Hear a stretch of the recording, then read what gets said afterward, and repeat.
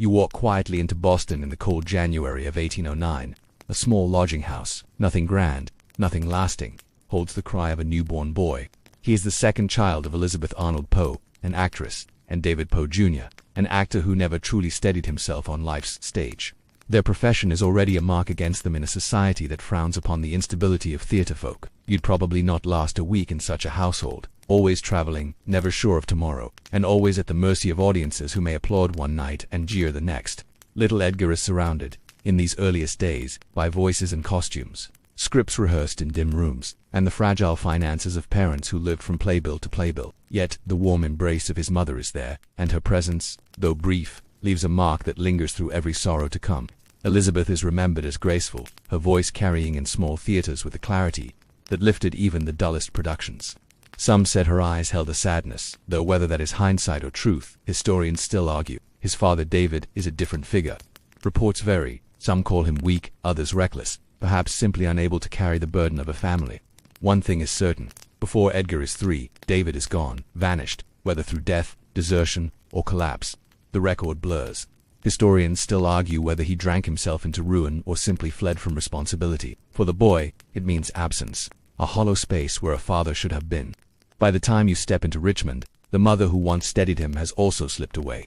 Tuberculosis, consumption, they called it, creeps into her lungs. Elizabeth wastes away on a rented bed, her children watching her decline. Edgar is not alone. His siblings, William and Rosalie, are there too, all of them tethered to a fate none of them could control. You can almost hear the ragged breaths, see the small figure of Edgar clutching at his mother's hand. She dies in 1811, leaving her children scattered. Here comes a peculiar twist of fate. Orphans often vanished into workhouses or distant relatives' care, but Edgar is taken in by the Allans, a wealthy Richmond couple without children of their own. John Allan, a Scottish-born merchant dealing in tobacco and trade, and his wife Frances step into the void. They do not formally adopt Edgar, but they give him a home, fine clothes, and the promise of education. It's a shift so dramatic you can feel the boy caught between two worlds, the fragile life of actors and the polished halls of Richmond's upper class. Picture him now, walking through the streets of Richmond with a fine coat, yet carrying the hidden scars of his past. In the Allan household, affection is complicated. Frances, gentle and caring, seems to offer the warmth of a mother he'd lost too soon. John, however, is stern, pragmatic, and often cold. He wants Edgar to become something useful, perhaps a merchant like himself. But Edgar carries in his chest a heart that beats for poetry and dreams. There's a small detail you might find surprising. Edgar, as a boy, often wandered graveyards, not in the dark, brooding sense we now imagine, but as a child curious about the stones, the inscriptions, the mystery of names carved in marble. Richmond's cemeteries became playgrounds of imagination. You can almost see him, tiny shoes crunching the gravel, eyes tracing letters of the dead, storing away images that would one day fill his Gothic tales. Historians still argue whether the Allans ever truly loved him as a son, or if Edgar always remained more of a burden than a blessing. What's certain is that tension brewed quietly in those early years. John Allan's fortune allowed Edgar glimpses of privilege, trips to Scotland and England, access to tutors, and the kind of household where guests debated politics and trade. But Edgar, even then, leaned toward the shadows of imagination. Imagine walking alongside him through the damp cobblestone streets of London during his years abroad with the Allans. Fog drapes itself over the city, and he is a child attending boarding schools where discipline is rigid and the atmosphere heavy. He reads Latin, learns history, but his heart drifts toward poetry. Even at this tender age, he begins to scribble lines, verses inspired by landscapes and the melancholy that seems to cling to him naturally. By the time you return with him to Richmond, you sense a young man forming, bright, restless, and quietly carrying a storm inside.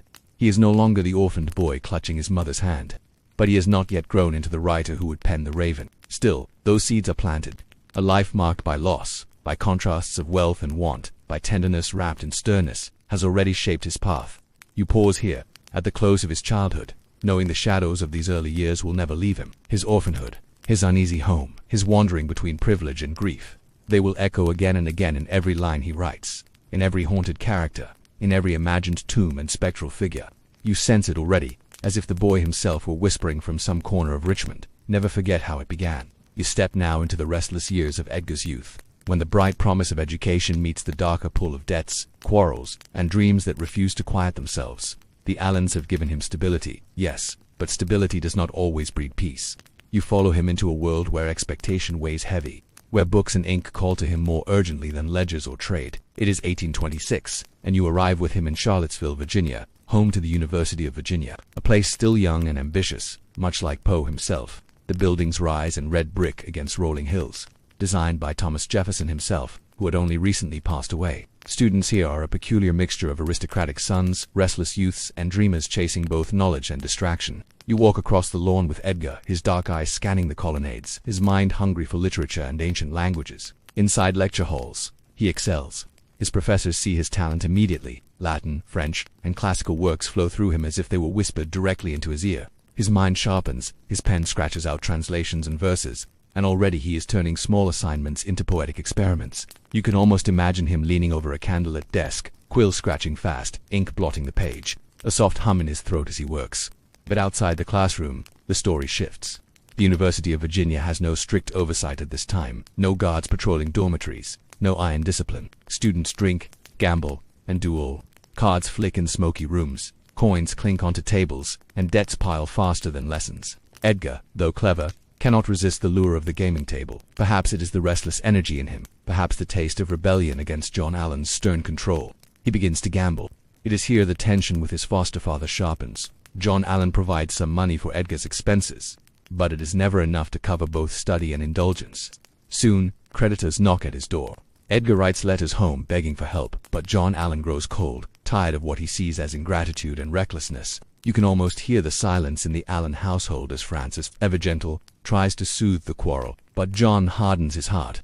There's a small, almost tender detail you wouldn't expect. While drowning in debts, Edgar also filled his time with sketching. His notebooks reveal not just lines of verse but small drawings, figures, faces, doodles of imagined forms. It's a reminder that he was not only a poet, but also a restless artist in many mediums. Historians still argue whether these sketches reveal a lighter side of him, or whether they were simply another way of releasing his dark imagination. By the end of that first year, he is broke. The gambling debts mount, his relationship with John Allan fractures further, and though his academic work is strong, he cannot continue at the university. You step away from Charlottesville with him, the red brick buildings shrinking behind him, the unfinished dream of education trailing like a torn cloak. He returns to Richmond, but the household feels different now. John Allan is openly critical, and Edgar feels alien, almost unwanted. He clashes with Allan's expectations, resists the life of a merchant, and clings ever tighter to poetry. He writes verses filled with melancholy, some dedicated to a neighbor's mother, Mrs. Jane Stannard, a woman of kindness who had shown him warmth when he felt neglected at home. Her sudden death in 1824 had already left a deep scar. Even now, years later, he carries her memory, and you sense how profoundly female figures of tenderness, then loss, shaped him. Unable to remain under Allan's roof without friction, Edgar sets out again, this time toward Boston in 1827. Imagine him there, a young man of barely 18, pockets nearly empty, wandering streets where ships line the harbor and printers' presses clatter with the sound of new publications. He has no fortune, no steady support, but he has poems, slender verses he believes in with a kind of desperate faith. He manages to publish a tiny volume, Tamerlane and Other Poems, under the anonymous credit of a Bostonian. Fewer than 50 copies exist, most lost to time, but within those pages are seeds of his later genius. Few notice then, but you can almost smile at the thought that somewhere, perhaps in a dusty Boston bookshop, the first whispers of Poe's genius appeared unnoticed. Money, though, is absent. Hunger presses in. His literary efforts bring no income, and so he takes a drastic step. He enlists in the United States Army under the false name Edgar A. Perry. You picture him in uniform, marching along barracks, the disciplined rhythm of drills echoing against the freedom of poetry in his mind. For 2 years he serves, reaching the rank of sergeant major, proving himself unexpectedly competent at military life. But even here, in the shadows of cannons and tents, he scribbles poems. Soldiers would later recall how he sometimes bent over scraps of paper, lips moving silently, as if caught between two worlds. This is where you feel the contradiction growing in him, the structure of soldiering versus the pull of imagination.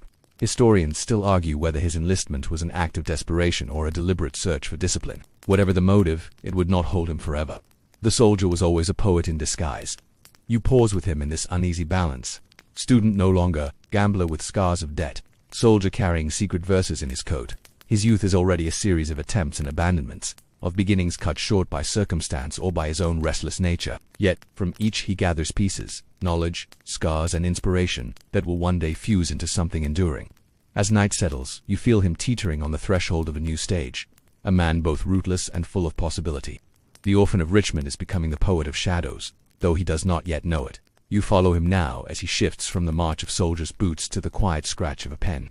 The army, though it brings him meals in the bed, is never a natural fit for Edgar. He endures drills and orders, the sharp call of commands echoing across parade grounds, but in the quiet moments he returns always to poetry. Folded paper slips from his pocket, verses scrawled in careful hand. He is a soldier in uniform, yes, but a poet in spirit, living two lives at once. By 1829, his term of enlistment is not yet complete, but Edgar grows restless. He petitions for release, asking officers to let him leave early on the condition that he reconciled with John Allan. It's a risky gamble. He writes letter after letter, words dripping with both humility and resentment, begging Allan to support his request. At first, John ignores him, but eventually, perhaps through Francis's gentle persuasion, Allan relents.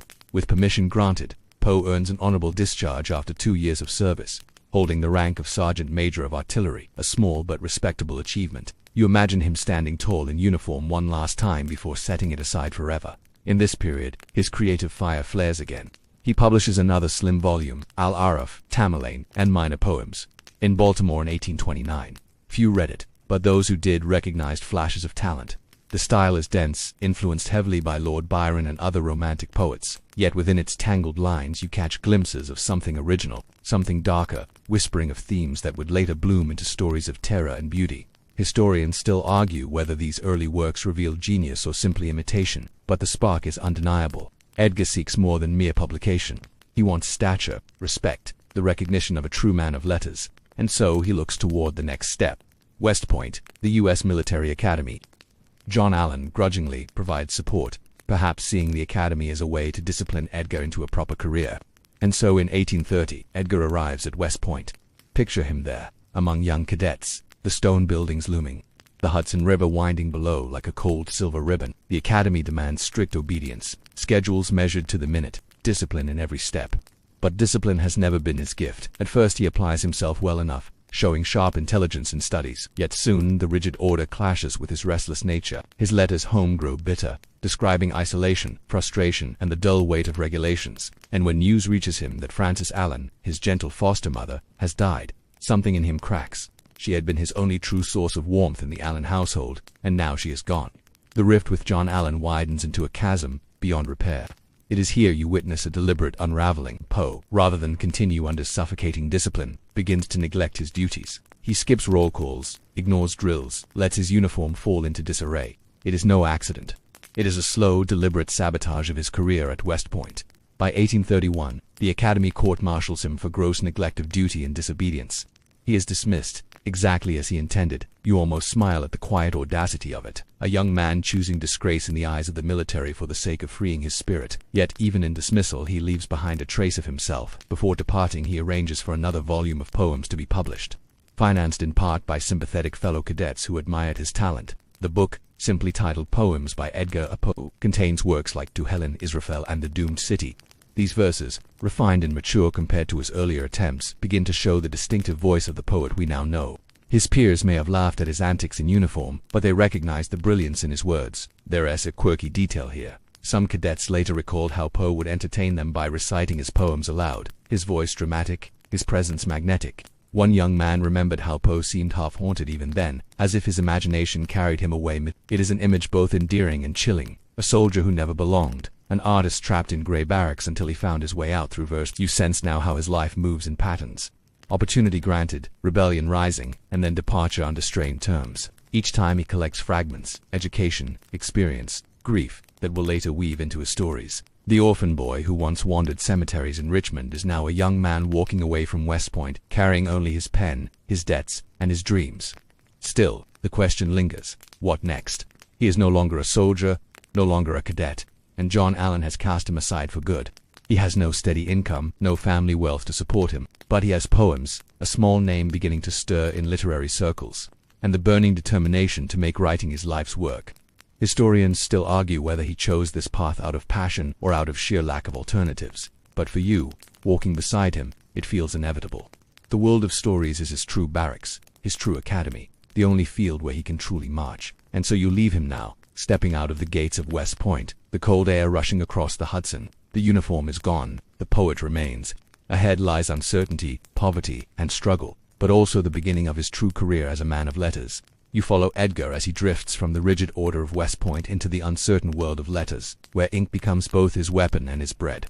The early 1830s are lean years, shadows of poverty trailing his every step, but they are also years where his name begins to flicker across the pages of magazines. You sense his hunger now, not for food, though that is often scarce, but for recognition, for a place where his words might root themselves and grow. He spends time in Baltimore, where relatives offer him some measure of shelter, though never much stability. His younger years as soldier and cadet have left him without fortune, and John Allan has shut his doors for good. But Baltimore carries something else for him: connection. It is here he begins to find a literary foothold, entering contests and submitting stories to magazines that are hungry for the Gothic and the strange. In 1833, his persistence bears fruit. He submits MS Found in a Bottle to a short story contest held by the Baltimore Saturday Visitor. Picture him nervously awaiting the verdict, pockets nearly empty, mind restless with doubt. Then, victory. He wins. The judges, impressed by his originality and eerie imagination, award him the prize. The recognition may seem small to us now, but for Poe it is monumental. It marks the first true validation of his prose, the first whisper that he might live by the pen alone. Historians still argue whether this was the true turning point of his career, but you can feel how much it mattered to him. From here, the path tilts toward editorship. By 1835, Poe secures a position with the Southern Literary Messenger in Richmond, serving first as a contributor, then as an editor. You can almost see him bent over a desk stacked high with submissions, blue pencil in hand, shaping the content of a growing publication. His sharp critical eye and flair for dramatic prose help the magazine's circulation soar. Readers both admire and fear his reviews, for Poe is unflinching, sometimes ruthless. In his criticism, there's a peculiar tidbit. His reviews earned him the nickname Tomahawk Man, a reminder of how scathing his judgments could be. He did not hesitate to call out mediocrity, even among established writers. Some loved him for his honesty, others loathed him for his sharpness. You sense a man torn between craving admiration and pushing it away with every brutal remark. His editorial career also fuels his own writing. The Messenger publishes his early tales and poems, bringing his name into wider recognition. Stories like Bernice and Morella stir readers with their grotesque themes and unsettling imagery. Imagine yourself as one of those first readers, candlelight flickering as you trace the words of a story that lingers in your mind long after the flame dies. You might shiver, not only at the tale itself, but at the realization that someone, somewhere, conjured such visions from his imagination. But the magazine life is not smooth. Poe's habits, his drinking, his quarrels, strain his relationships with publishers. He is brilliant, but also volatile, and the cycle of opportunity followed by conflict begins to repeat. John Allan had once found him reckless. Now editors and colleagues begin to echo that complaint. Yet through this turbulence, his fame grows. Readers across Virginia and beyond begin to recognize his name, not only as a critic but as a creator of singularly haunting tales. He drifts to other magazines in the years that follow, working with publications in Philadelphia and New York. Each move is both an ascent and a collapse. Circulation rises under his hand, but personal disputes or financial struggles eventually drive him away. It is a restless existence, full of promise and instability. You walk beside him through cramped boarding houses across ink-stained tables, past piles of manuscripts, each place different, yet always the same cycle repeating. A softer detail emerges here. Despite the turmoil, Poe still finds time for tender verse. His poem to Helen, first published in 1831 but revised later, draws from his youthful admiration of Jane Stannard, that neighbor's mother who had offered him kindness years before. It is a reminder that beneath the editor's scowl and the critic's sharp pen, there remained a soul capable of gentleness, of idealized love that glowed even in memory. Historians still argue whether Poe was ever truly suited for the business of editorship, or if his temperament doomed him to short-lived positions. What cannot be denied is the impact he helped shape American magazines into something sharper, bolder, more literary. He was not just a contributor but a force, pushing periodicals to demand higher quality and more daring fiction. By the end of this chapter in his life, you feel him balancing precariously. His reputation is no longer obscure. He is known in literary circles, both admired and resented. He has begun to shape the Gothic genre into something uniquely his own, while also carving out a reputation as a critic who strikes fear into the hearts of authors. Yet his pockets remain light, his health uncertain, his future unsettled. You leave him for now at his desk, quill tapping against parchment, eyes shadowed with both pride and exhaustion. The magazine world has given him a platform, but not peace. The orphan of Richmond is now the editor of Words, the tomahawk man with ink-stained fingers, carving his name a little deeper into the pages of American letters. You follow Edgar into a more secretive and delicate part of his life, where the editor's scowl softens and the restless wanderer becomes a husband. But even here, in the quiet chambers of marriage, shadows gather. His union with Virginia Clemm is one of the most debated and haunting aspects of his story, a bond that feels at once tender, strange, and fragile. It begins in Baltimore, where Poe spends time with extended family. Among them is his aunt Maria Clemm, a woman of patience and resilience who takes Edgar into her home when he has little else. Within those walls lives Virginia, Maria's daughter, Edgar's cousin. She is young, very young, barely a girl, when Edgar begins to see in her not only kinship but something deeper. By 1835, whispers pass that he wishes to marry her. She is only 13. Historians still argue whether this was purely a practical arrangement, a way for Edgar to secure a stable household, or whether it was born of genuine affection that simply does not fit our modern understanding of marriage. Picture him pacing in Maria's modest home, the walls worn but warm, his pen scratching verses, his mind torn between poverty and longing for stability. Virginia, gentle and musical, plays the flute or sings softly, her presence soothing him. For Edgar, who had lost mother after mother figure, Elizabeth, Frances, Jane Stannard, perhaps Virginia becomes not only a wife, but also a symbol of constancy, a fragile anchor in a life of storms. Their marriage is secret at first, conducted quietly before a public ceremony later in 1836 when Virginia is only 14. You can almost hear the murmurs among neighbors, the raised eyebrows, the gossip that trails them, yet within their home. Accounts describe tenderness. Edgar calls her Sissy, writes her affectionate notes, and surrounds her with poetry. There is an innocence here, though wrapped in circumstances that continue to puzzle scholars. One small, almost whimsical tidbit: Edgar and Virginia often played games together. Neighbors recalled them laughing, Edgar chasing her playfully through the house. These small scenes contradict the brooding image of the tortured poet. Within those walls he could be light-hearted, even childlike, with the young wife who became his closest companion. At the same time, financial struggle weighs heavy. Poe moves with Virginia and Maria to Richmond, then Philadelphia, then New York, chasing editorial work that never quite sustains them. Imagine carrying your family from boarding house to boarding house, each time hoping this magazine or that publisher might finally offer stability. The rooms are cramped, the meals uncertain, yet Virginia's presence seems to soften the edges. It is during these years that Poe begins to refine his Gothic tales, but always with Virginia nearby. His poem Bridal Ballad, published in 1837, is sometimes read as an echo of their unusual marriage. Later, Eulalie and Annabel Lee would be tied by many to Virginia, though whether directly or not remains debated. Historians still argue whether she was his muse or merely a silent witness to the imagination already burning within him. Their bond, however, is not without shadows. Virginia's health begins to show troubling signs early on: a cough that lingers, fatigue that grows more noticeable, whispers of consumption.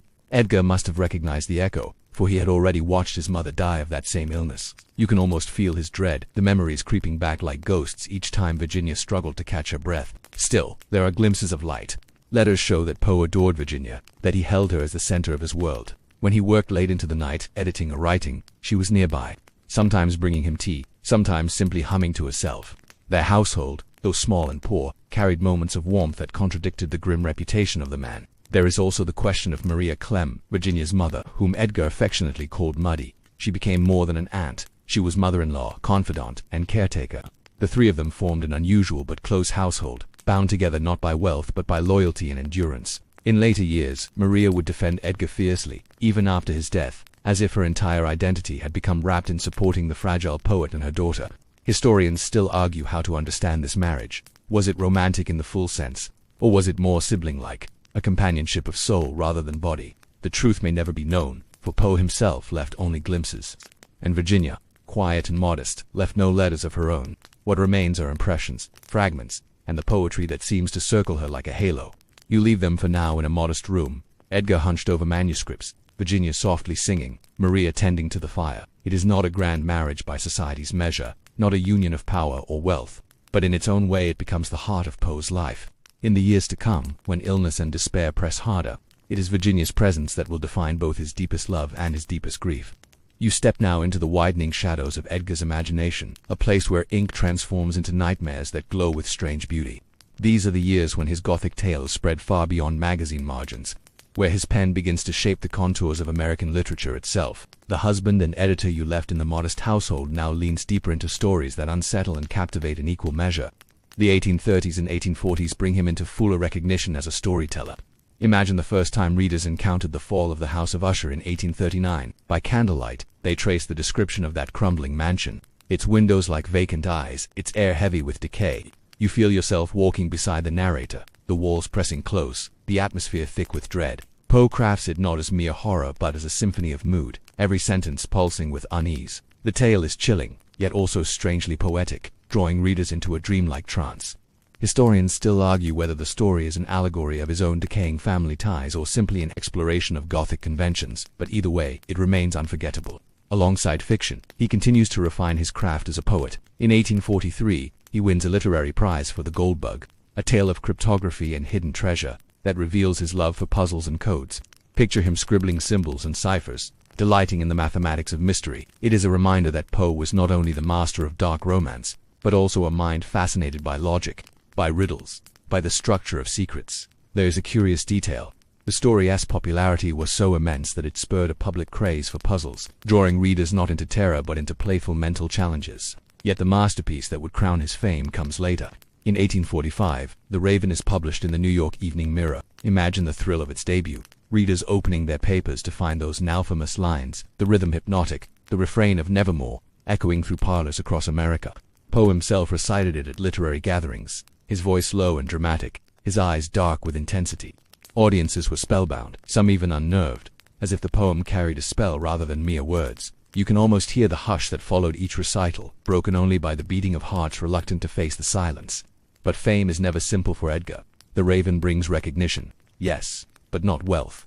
The publication earns him just a handful of dollars, while the poem itself spreads widely, copied and reprinted until it becomes a cultural sensation. Poe sees his genius celebrated but not rewarded, his creation soaring beyond his grasp. It is both triumph and torment, his voice known across the country, his pocket still empty. Historians still argue whether this injustice hardened his bitterness, or simply confirmed what he already knew, that genius alone rarely guarantees comfort. Beyond the pages, Poe's persona grows. He cultivates the image of the Gothic author, the master of the macabre. His lectures on poetry draw crowds, his reviews remain sharp as ever, and his tales continue to unsettle. Yet beneath this public figure lies a private man who reads Virgil, who sketches small doodles, who laughs with Virginia at home. The contradiction deepens. The world sees a dark prophet, while those close to him glimpse warmth and humor. There is a quirky tidbit from these years. Poe loved cats. A black cat named Katerina often perched on his shoulder as he wrote, sometimes curling up against Virginia's side. Some even say the animal inspired his 1843 tale. The black cat, though whether that is true or simply convenient myth, historians still argue. Still, the image of Poe writing by lamplight, his cat shifting on his arm, softens the grim silhouette we so often imagine. Through these years of literary fire, his home life is marked by fragile health and persistent worry. Virginia's cough worsens. Each new story, each new poem, seems shadowed by the sound of her breath struggling in the night. The Raven, with its grief-stricken narrator, haunted by lost Lenore, feels less like fiction and more like a premonition of what Poe already feared he would face. You linger here, in the paradox of his life, a man whose imagination lifts him into literary immortality, yet who still struggles with unpaid rent and sickness at home. He is given the world-haunting mansions, cryptic codes, and midnight ravens, yet cannot escape the shadows that surround his own narrow rooms. As you step away from this chapter, you carry the echo of Nevermore in your ears, not as a refrain of despair, but as a reminder of how deeply one voice can etch itself into the fabric of culture. The soldier was left behind, the cadet forgotten, the orphan transformed into a master of words. You sense already, though, that the shadows are gathering thicker, that the applause of readers cannot quiet the darker sorrows waiting just beyond the door. You linger now in the uneasy middle ground of Edgar's life, where acclaim brushes his shoulders but never wraps him in security. The Raven has flown into parlors and taverns across the country. It's Nevermore repeated like a charm, yet Poe himself sits in modest rooms, counting coins, quarreling with critics, and nursing his fragile household. Fame has kissed him, but the kiss is shallow, fleeting, leaving him hungry for more. He walks into literary salons in New York, and you follow him there, hearing the polite chatter, the rustle of silk dresses, the clinking of glasses. He is recognized, yes, often introduced with admiration. Some lean in, eager to hear his voice. Others arch their brows, wary of his biting wit. Poe is not the man who courts favor with flattery. His reviews sting like nettles, his lectures demand high standards, and his pride bristles against mediocrity. Historians still argue whether this unyielding posture doomed his chances at steady success, or whether he would never have been satisfied, no matter the reception. There is a curious tidbit about his lectures on poetry. He argued that the best poems should be short enough to be read in one sitting, ideally under 1 hour, because only then could they sustain what he called unity of effect. Imagine him standing at a podium, gesturing gently but firmly, explaining that long epics dull the senses, while a perfect poem pierces like a single note of music. His audience nods, though some leave puzzled, unsure why the sharp-eyed critics seem so convinced that brevity, not length, is the soul of true art. But as his reputation grows, so too do his rivalries. The literary world of the 1840s is not a grand stage but a crowded parlor, where editors and critics spar in print, and reputations can be broken by a well-aimed barb. Poe thrives in this environment, yet also suffers under it.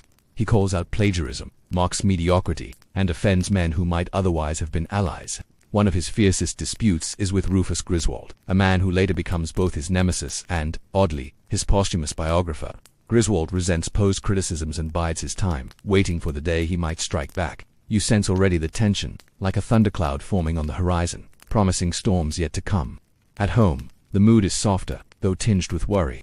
Virginia's health falters, her cough deepening into a frightening rasp. Poe hovers, tender but desperate, watching her color fade. He writes of lost loves and haunting voices, and you cannot help but see Virginia in each line, even if he never names her directly. The world outside may see only a poet of shadows, but within those walls you glimpse a husband clinging to hope against the relentless tide of illness. Meanwhile, he courts opportunities that slip away like smoke. He dreams of owning his own magazine, one that would embody his standards, his vision of literature pure and strong. He names it the Stylus, speaks of it often, and even sketches mock covers.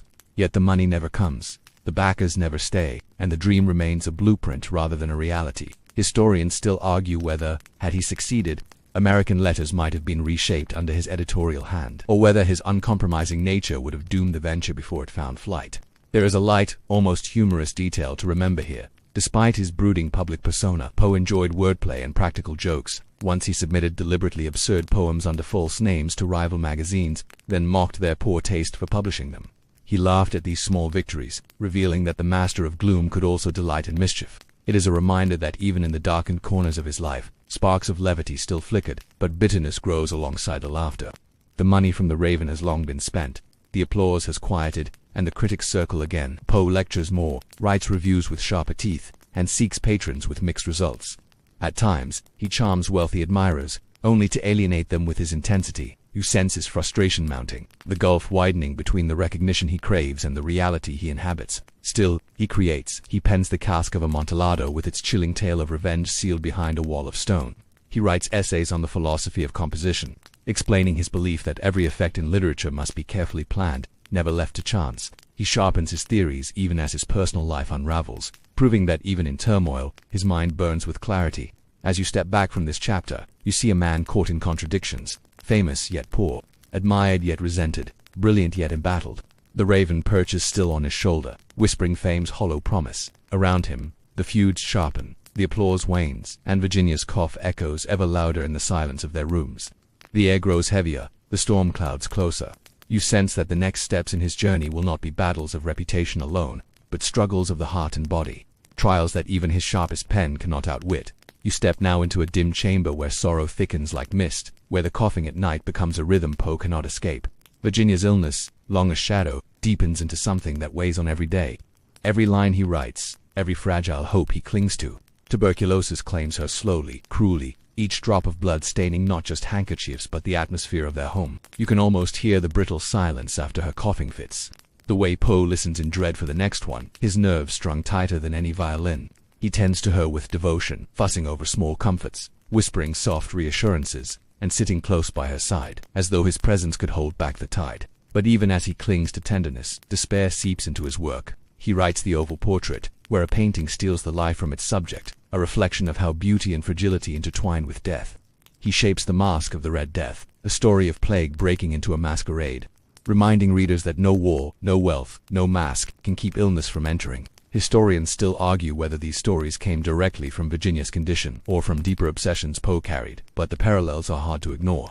The strain shows in his health, too. He begins to falter under the pressure, his own body betraying him with fainting spells, fevers, and drinking bouts that others eagerly note. His enemies seize upon these moments, calling him unstable, dangerous, unreliable. Yet even as his hands tremble, his pen remains sharp, carving visions of beauty and horror with an elegance unmatched. Imagine him at his desk, candles sputtering low, words flowing in perfect cadence while exhaustion drags at his body and grief lurks just behind the door. There is a curious detail. Virginia, though weakened, found small joys in music. She played the harp when she could, her fingers fragile but still coaxing out gentle notes. Poe would sit nearby, listening as though the sound could lift him from his heaviness. You can almost picture it, the soft lamplight, the quiet strumming. Poe's dark eyes softened for a fleeting moment by his wife's melody. Such moments were rare, but they became treasures in the growing storm.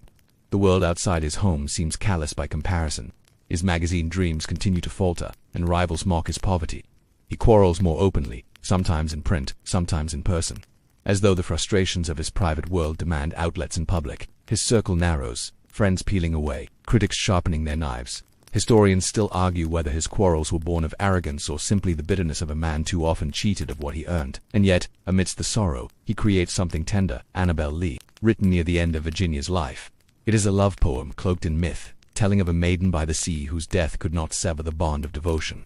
You read the lines and cannot mistake the echo of Virginia within them. In a kingdom by the sea feels less like a dream and more like a vow, whispered across the boundaries of life and death. The poem does not find print until after his own passing, but in it you glimpse the heart of Poe laid bare, stripped of bitterness, burning with love that grief could not quench.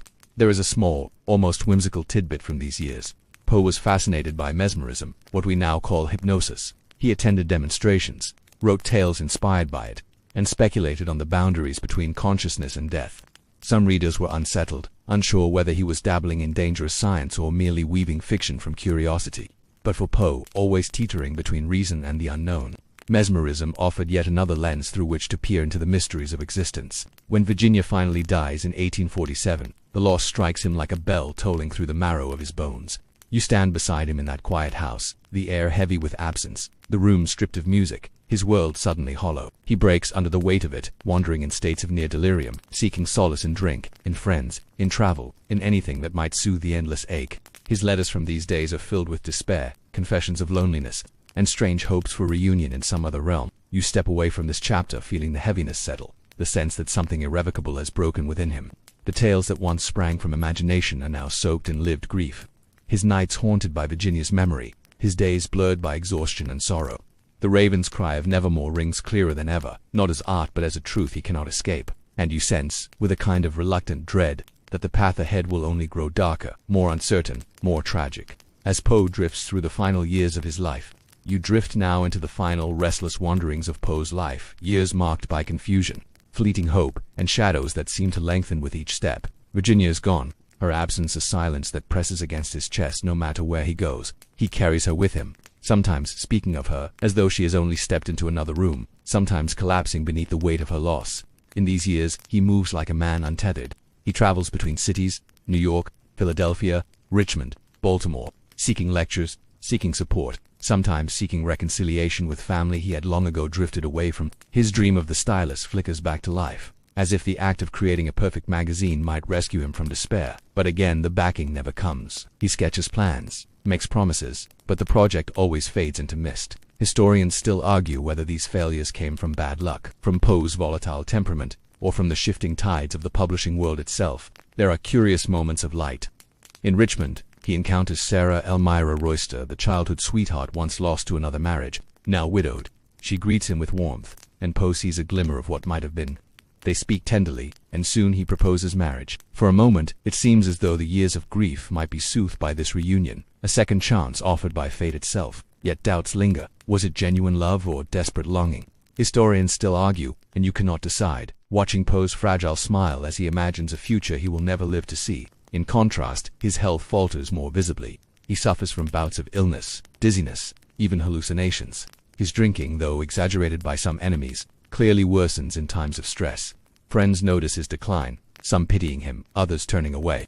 He writes less, his pen slowed by grief, though sparks of brilliance still appear. In 1848, he publishes Eureka, a prose poem, an ambitious cosmological essay that attempts to explain the origin and destiny of the universe.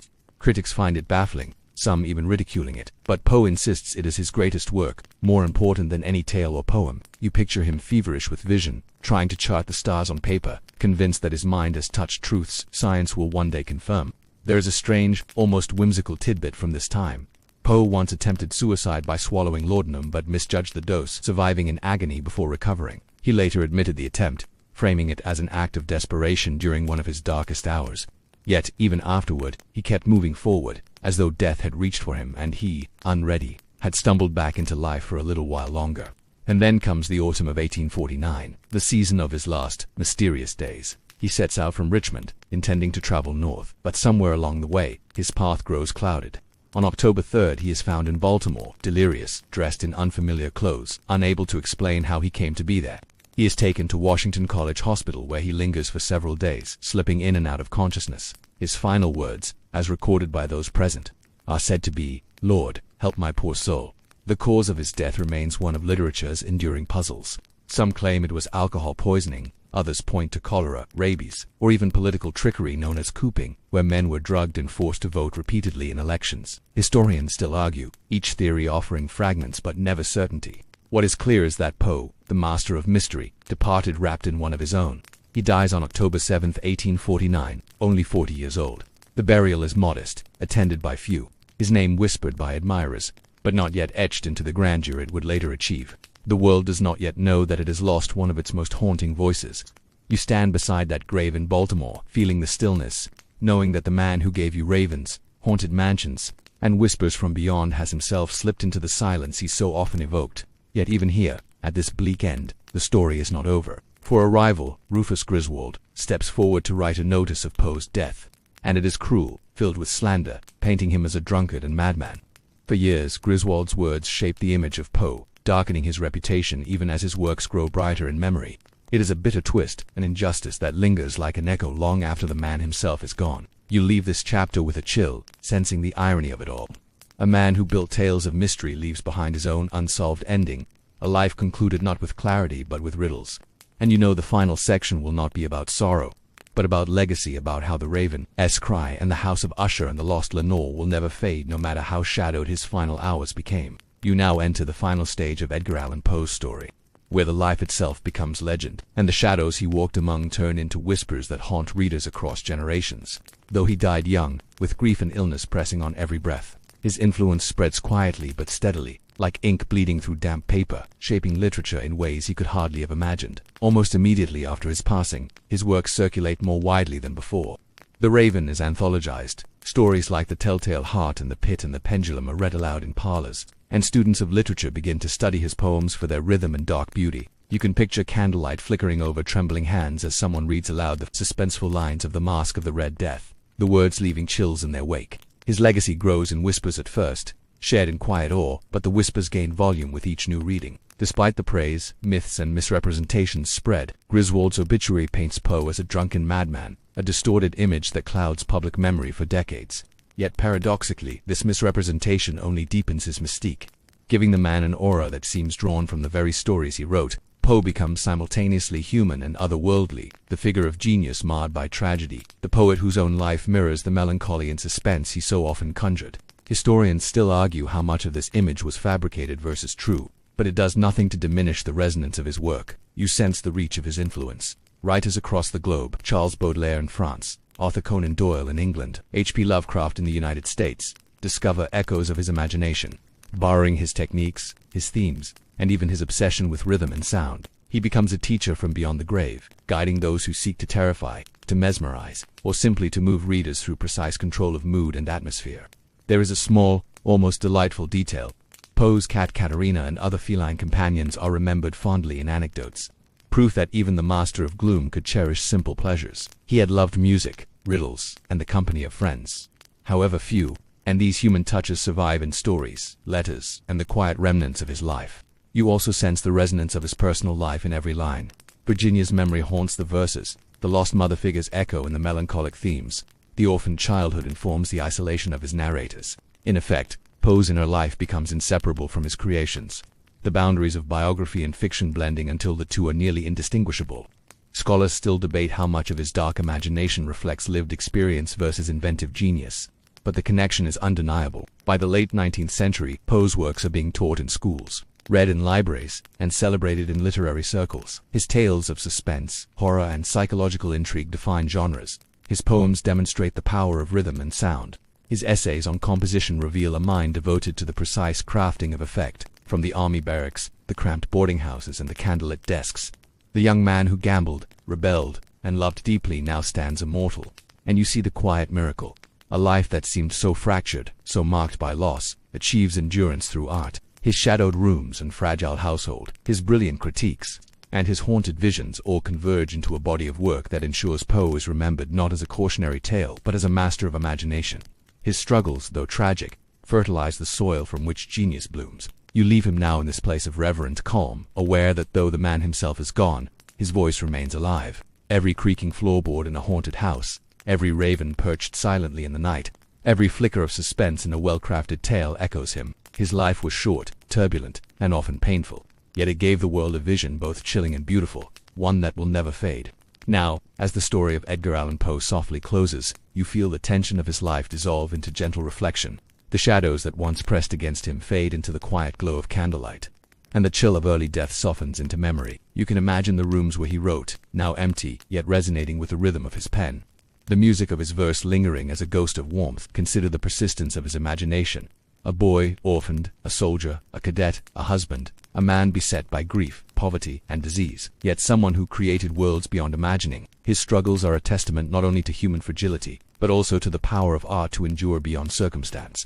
Every story, every poem, every meticulous essay on composition becomes a bridge from his time into yours. A reminder that genius often walks beside suffering, and in this gentle pause, you realize the tenderness threaded through his dark tales. The love for Virginia, the memory of mothers lost, the joy in small creatures and music, the quiet victories over mediocrity and convention. These are the notes that soften the melancholy, the reminders that even in lives of shadow there are moments of light, of laughter, of connection. Now, as your eyelids grow heavy, you can picture Poe's presence not as a specter of terror, but as a quiet companion in creativity. The rhythm of his words and the music of his verse hum softly in the air, inviting you to rest, to imagine, and to drift into dreams. Let the candle burn low, let the faint rustle of paper mingle with the night breeze, and carry with you the calm knowledge that some lives, brief though they may be, leave echoes that endure forever.